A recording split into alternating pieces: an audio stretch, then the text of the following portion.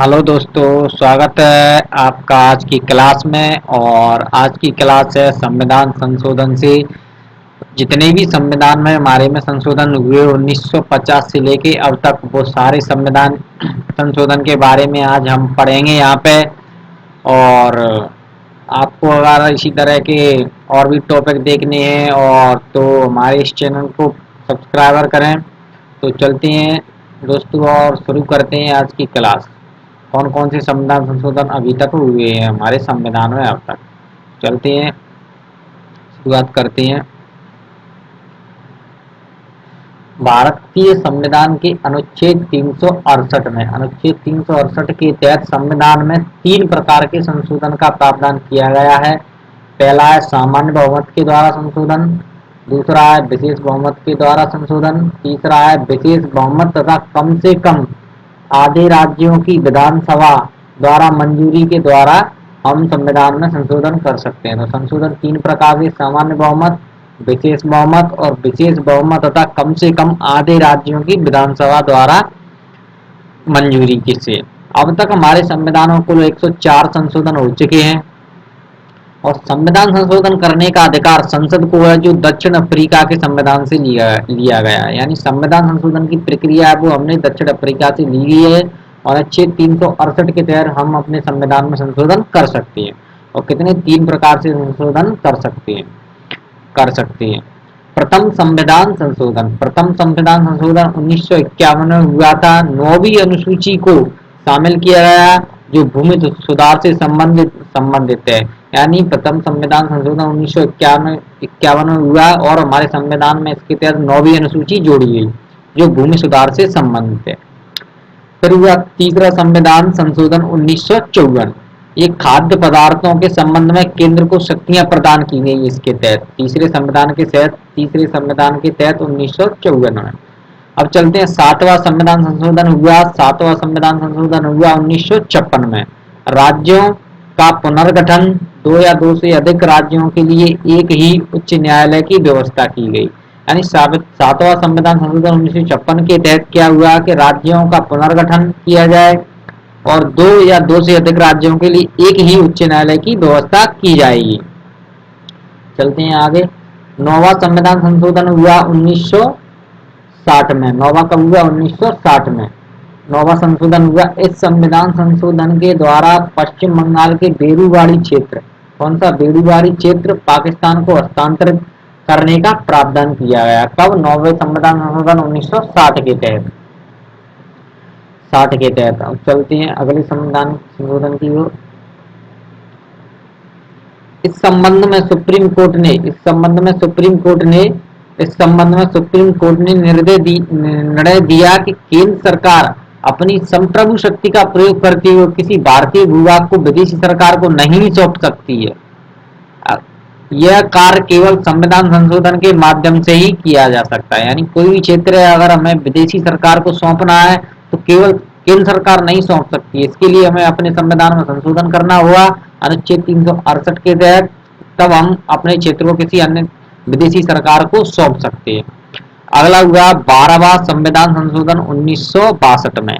1962 में 12वां संविधान संशोधन हुआ। गोवा, दमनदीप को भारतीय संघ में शामिल किया गया। यानी 1962 में 12वां संविधान संशोधन हुआ, जिसके तहत गोवा और दमनदीप को भारतीय संघ में शामिल किया गया। इनको हमने पुर्तगालियों से गोवा को आजाद कराया था, गोवा और दमनदीप को पुर्तगालियों से आजाद कराया था। अब चलते हैं 21वां संविधान संशोधन 1967। सिंधी भाषा को 8वीं अनुसूची में 15वीं भाषा का दर्जा दिया गया। यानी हमारे संविधान में जो 8वीं अनुसूची है वो भाषाओं से संबंधित है और मूल संविधान में 14 भाषा थी।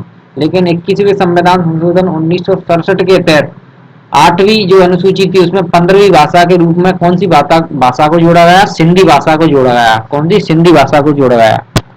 इसके बाद चलते हैं। फिर हुआ 31वां संविधान संशोधन 1973। इसके द्वारा लोकसभा की सीटों की संख्या 525 से बढ़ाकर कितनी कर दी गई? 545। कितने? 31वें संविधान संशोधन 1973 के द्वारा लोकसभा की सीटों को कितना? 525 से बढ़ाकर कितनी कर दी गई? 545 तक कर दी गई। फिर हुआ 35वां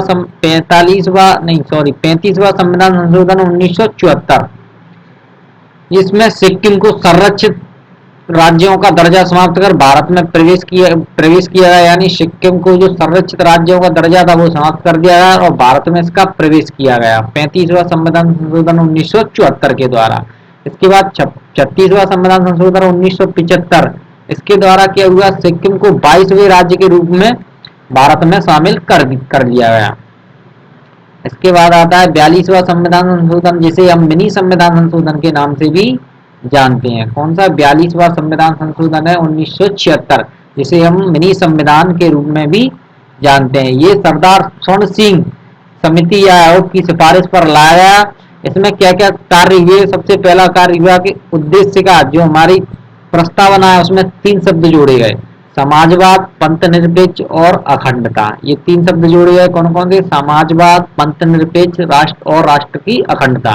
इसके बाद भाग 4 के ए में या का में अनुच्छेद 51 का जोड़ा गया, जो मौलिक कर्तव्य से संबंधित है, यानी इसके तहत हमने मौलिक कर्तव्य जोड़े। वर्तमान में मौलिक कर्तव्यों की संख्या कितनी है? 11 है।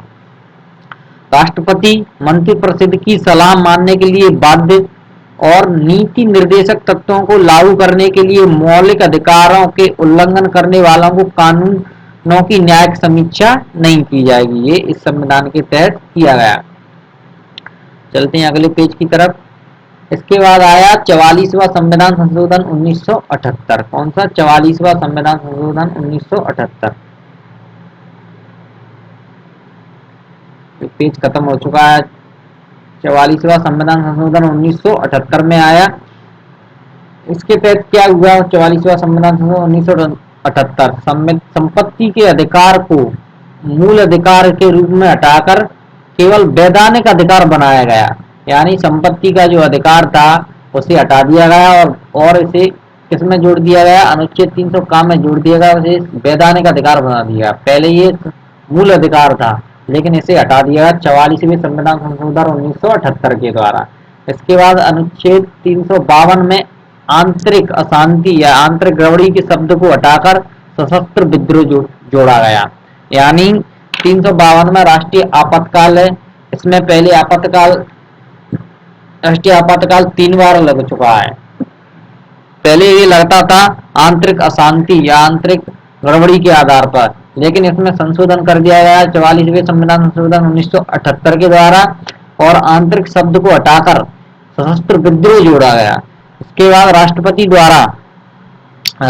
द्वारा कैबिनेट की लिखित सिफारिश के आधार पर ही राष्ट्रीय आपातकाल की घोषणा करने की व्यवस्था की गई, यानी जब तक कैबिनेट की लिखित सिफारिश राष्ट्रपति के पास जाएगी तभी राष्ट्रपति राष्ट्रीय आपातकाल की घोषणा करेगा।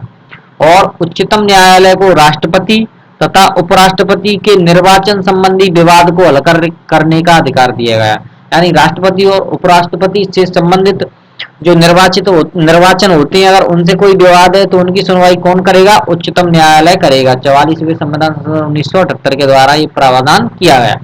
अब चलते हैं अनुच्छेद 20 जो जीने का अधिकार। अनुच्छेद 21 द्वारा प्रदत्त मूल अधिकार को राष्ट्रीय आपातकाल के दौरान निलंबित नहीं किया जाएगा, यानी राष्ट्रीय आपातकाल अनुच्छेद 20 और अनुच्छेद 21 कभी भी निरस्त नहीं होंगे।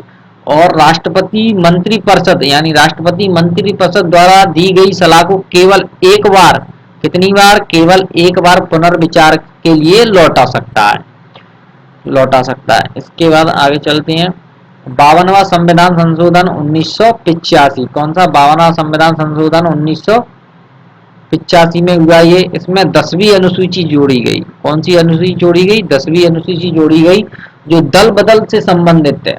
52वें संविधान संशोधन द्वारा कौन सी अनुसूची जोड़ी गई? 10वीं अनुसूची जोड़ी गई 1985 में, जो दल बदल से संबंधित है। इसके बाद 61वां संविधान संशोधन हुआ 1989 में। ये राजीव गांधी के समय हुआ था। मतदान की आयु 21 वर्ष से घटाकर कितनी कर दी गई? इसमें 18 वर्ष कर दी गई। कौन से संविधान संशोधन के तहत? 61वें संविधान संशोधन के तहत 1989 में जो हुआ था उसमें मतदान की आयु 21 वर्ष से घटाकर 18 वर्ष कर दी गई। इसके बाद हुआ 65वां संविधान संशोधन 1989। कितना? 1989। SC और ST आयोग का गठन किया गया अनुच्छेद 338 के तहत। कौन से संविधान संशोधन? 65वें संविधान संशोधन 1989 में हुआ था। इसके बाद 69वें संविधान संशोधन 1991, अनुच्छेद 239 के डबल ए और अनुच्छेद 39A बी जोड़कर दिल्ली को केंद्र शासित प्रदेश बनाया गया, यानी दिल्ली को केंद्र शासित प्रदेश के संविधान संशोधन के तहत बनाया गया 69वें संविधान संशोधन 1991 में। कौन कौन सा संविधान जोड़ा गया, कौन कौन सा अनुच्छेद जोड़ा गया? 339A का ए और 339A का बी जोड़कर दिल्ली को केंद्र शासित प्रदेश बनाया गया है 69वें संविधान संशोधन 1991 के तहत। दिल्ली में विधानसभा, यानी दिल्ली में विधानसभा और मंत्रिपरिषद की व्यवस्था की गई। दिल्ली में विधानसभा और मंत्रिपरिषद की व्यवस्था की गई। इसके बाद 71वें संविधान संशोधन 1992 में 71वां संविधान हुआ। इसमें कोंकणी, मणिपुरी, नेपाली भाषा संविधान की 8वीं अनुसूची में पहले कितनी जोड़ी गई थी? 21वें संविधान संशोधन द्वारा जोड़ी गई एक भाषा सिंधी भाषा। उसके बाद फिर 71वें संविधान संशोधन 1992 में 3 भाषा जोड़ी गई, कोंकणी, मणिपुरी और नेपाली। संविधान की 8वीं अनुसूची में इन्हें जोड़ा गया। इसके बाद 73वें संविधान संशोधन 1993, 73वां संविधान संशोधन हुआ था 1993। 11वीं अनुसूची को शामिल किया है जो पंचायती राज से संबंधित है। किससे संबंधित है? पंचायती राज से संबंधित है। 73वें संविधान संशोधन 1993 के द्वारा। फिर हुआ 74वां संविधान संशोधन 1993। 12वीं अनुसूची को शामिल किया गया जो नगर पालिका से संबंधित है। इस प्रकार हमारे संविधानों को कितनी अनुसूचियां हैं? 12 अनुसूचियां हैं। कितनी है? 12। फिर आया 84वां संविधान संशोधन 2001 में आया। लोकसभा तथा राज्य विधानसभा की सीटों की संख्या 2026 तक कोई परिवर्तन न करने का प्रावधान किया गया, यानी इनकी सीटों में कोई परिवर्तन नहीं किया जाएगा 2026 तक। कौन कौन सी? लोकसभा और राज्य की विधानसभाओं की सीटों की संख्या 2026 तक इनमें कोई परिवर्तन न करने का प्रावधान किया गया है 84वां संविधान संशोधन 2001 के तहत। इसके बाद 86वां संविधान संशोधन 2002 प्रारंभिक शिक्षा को मूल अधिकार के अनुच्छेद 21 के तहत रखा है, यानी 86वें संविधान संशोधन हुआ था 2002 में। इसमें प्रारंभिक जो शिक्षा है, जो प्राथमिक शिक्षा है, उसको मूल अधिकार की श्रेणी के में रखा गया अनुच्छेद 31 में। और मौलिक कर्तव्यों में 11वां कर्तव्य जोड़ा गया जो प्रारंभिक शिक्षा से संबंधित है। इसके बाद कौन सा संविधान संशोधन है? आगे चलते हैं। इसके बाद हुआ 91वां संविधान संशोधन। कौन सा? 91वां संविधान संशोधन। 91वां संविधान संशोधन 2003 में हुआ।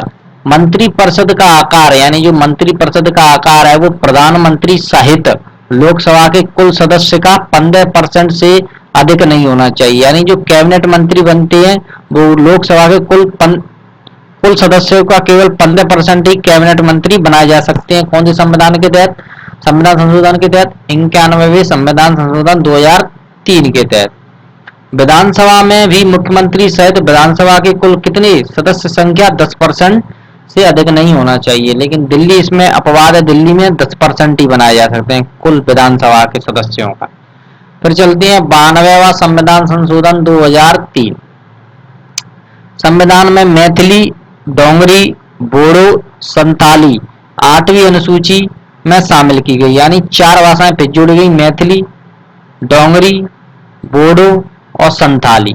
ये संविधान की 8वीं अनुसूची में 4 भाषाएं और जोड़ी गई 92वें संविधान संशोधन 2003 के तहत। इसके बाद आता है 97वां संविधान संशोधन। 97वां संविधान संशोधन 2011 में हुआ। सहकारी समिति के संबंध में प्रावधान किया गया और अनुच्छेद सी के तहत मूल अधिकार माना गया। इसे अनुच्छेद 19 के सी के तहत मूल अधिकार माना गया। किसको? सहकारी समितियों को। किसके द्वारा? 97वां संविधान संशोधन 2011 के द्वारा।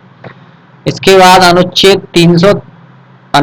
43 बी राज्य सहकारी समितियों के गठन तथा उनके विकास के लिए प्रयास करेगा, यानी जो राज्य है वो सहकारी समितियों के गठन के लिए प्रयास करेगा और उनका विकास भी करेगा। अनुच्छेद 343 के बी में ये रखा गया प्रावधान।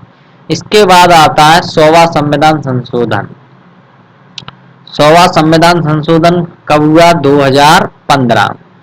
100वां संविधान संशोधन 2015। भारत बांग्लादेश के बीच भूमि सीमा समझौता हुआ था, यानी कुछ इसमें जो गांव थे वो हमने बांग्लादेश को सौंपे थे और कुछ गांव थे जो बांग्लादेश से भारत में आए थे। कौन से संविधान संशोधन के तहत? 100वां संविधान संशोधन 2015 के तहत। इसके बाद 101वां संविधान संशोधन 2017 में हुआ था। ये हुआ था वस्तु एवं सेवा कर यानी जीएसटी से, गुड्स एंड सर्विस टैक्स को 1 जुलाई 2017 को लागू कर दिया गया और इसे सबसे पहले लागू कहाँ? असम में किया गया। 101वां संविधान संशोधन 2017 में हुआ जो किससे संबंधित है? जीएसटी से संबंधित है। जीएसटी 122वें बिल के तहत लाया गया। इसके लिए बिल कौन सा आया, कौन से नंबर का आया था? तो 122वें नंबर का बिल आया था।